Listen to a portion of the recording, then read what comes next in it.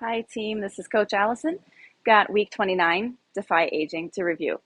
This week there's going to be two separate circuits happening simultaneously. There's 4 exercises in each. If you have 4 or fewer participants in your session, then we can run just one circuit at a time so everyone can stay together in one group.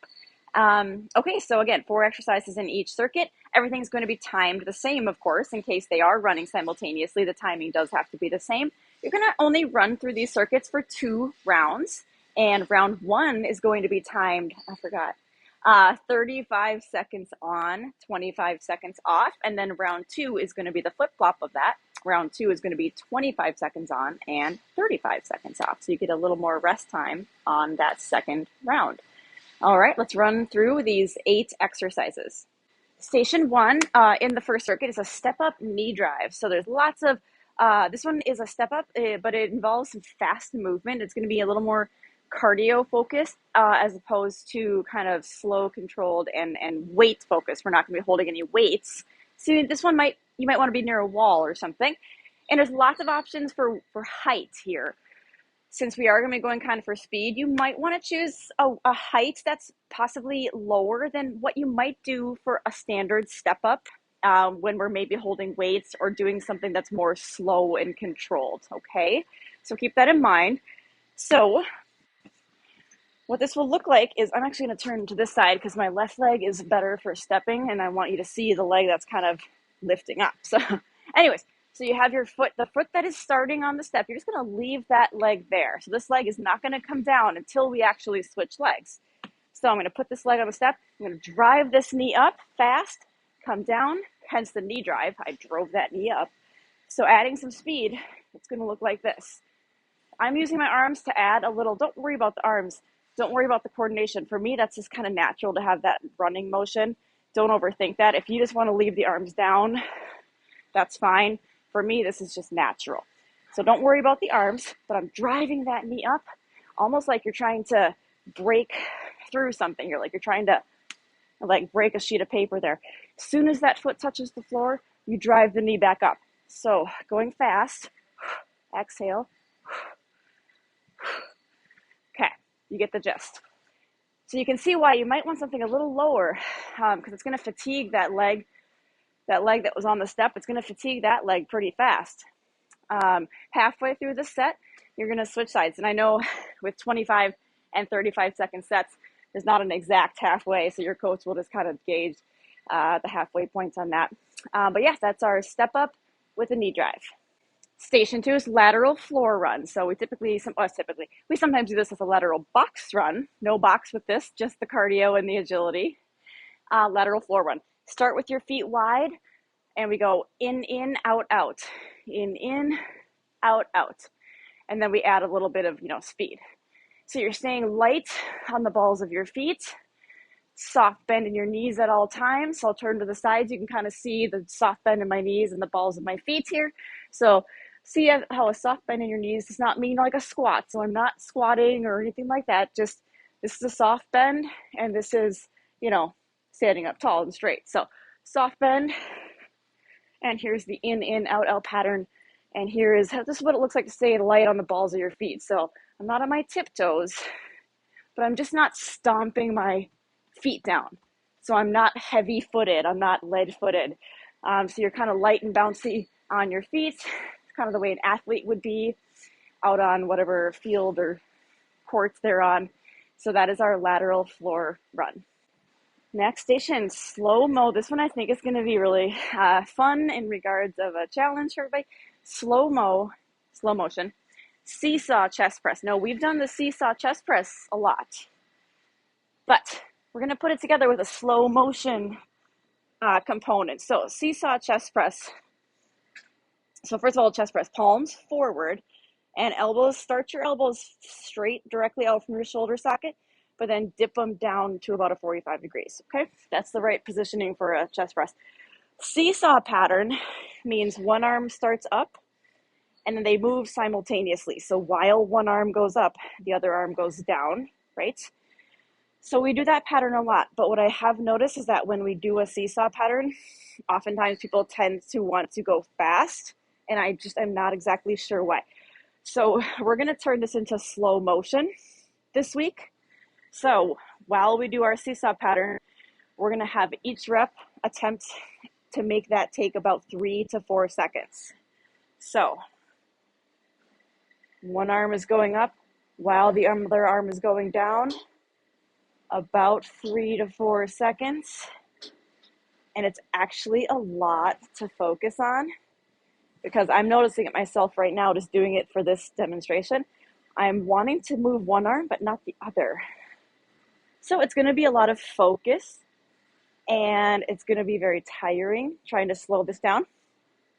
Anyway, so that is our seesaw, slow-mo seesaw chest press. For anyone not getting onto the floor for these exercises, your coach is going to wheel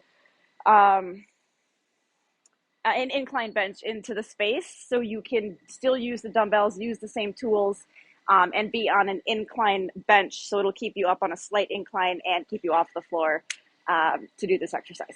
Okay, and the final station for this circuit is a band tricep push down. So we've got our band tied up to somewhere up high. I can get this a little bit out of the way. And, okay, palms are facing down like this, so they're not in or up. And gonna keep your upper arm glued to your side. So we don't want to allow that upper arm to come out forward like this. And we press down till the arm is pretty straight and release back up. If you want a little more tension, of course you can grab a harder resistance band, but really if you just step back a little bit more, create more tension on the band that way, that's enough. So I like to think of it like this. Think of your arm as a slot machine lever, down, up, just like a arm of a slot machine. Of course, now they're all buttons. It's so not fun at a casino, right? Pushing a button. The lever is so much more fun, but I digress. Anyway, that I think helps for the form, because what typically happens with this is way too much arm movement. We see a lot of like flailing arms, and that's just too much movement. Sorry, I have a notification here.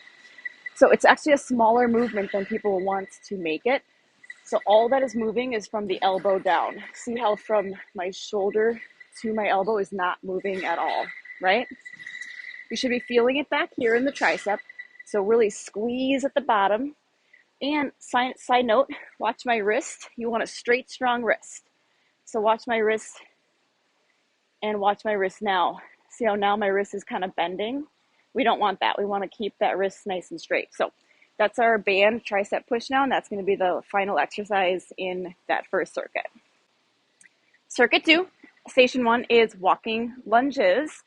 So in our current warm-up, we have maybe we don't.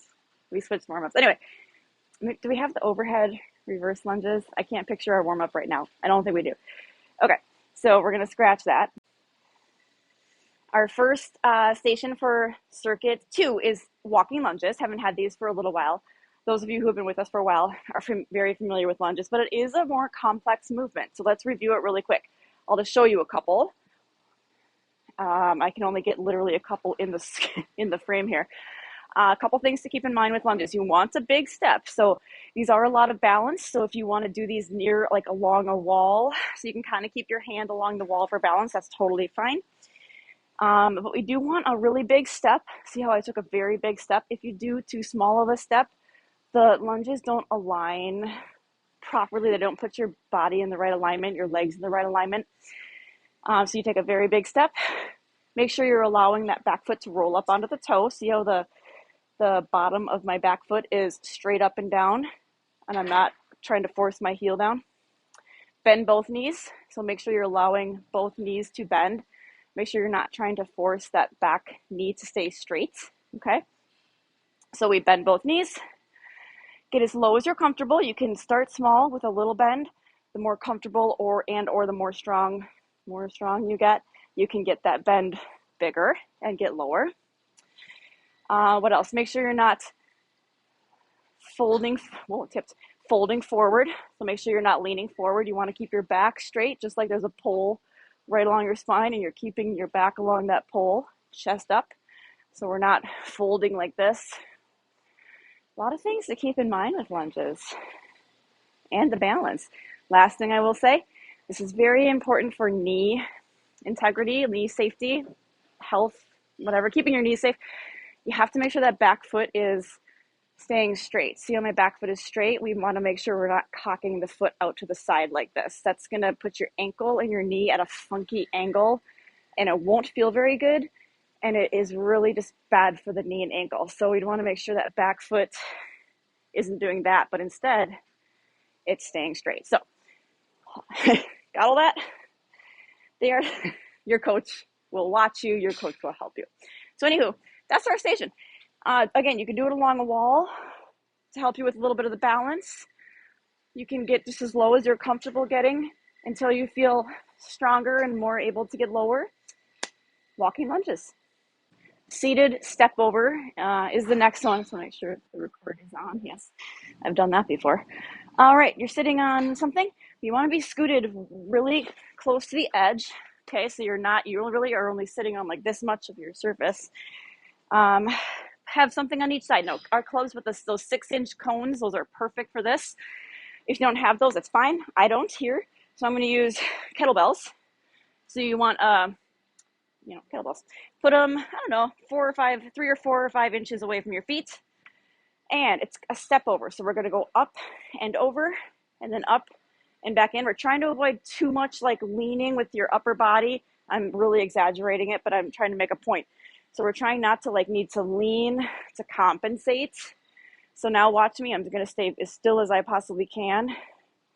And we want to isolate the movement just in that hip socket. So our ball and socket hip joints, we're isolating the movement just right there. And again, not like leaning and tilting and turning our body. We're going to simply alternate. So that's why we want one on each side. We're going to go left, right. That way we don't have to worry about switching sides halfway through. Now, everyone listening, no cheating. And the cheating might be inadvertent.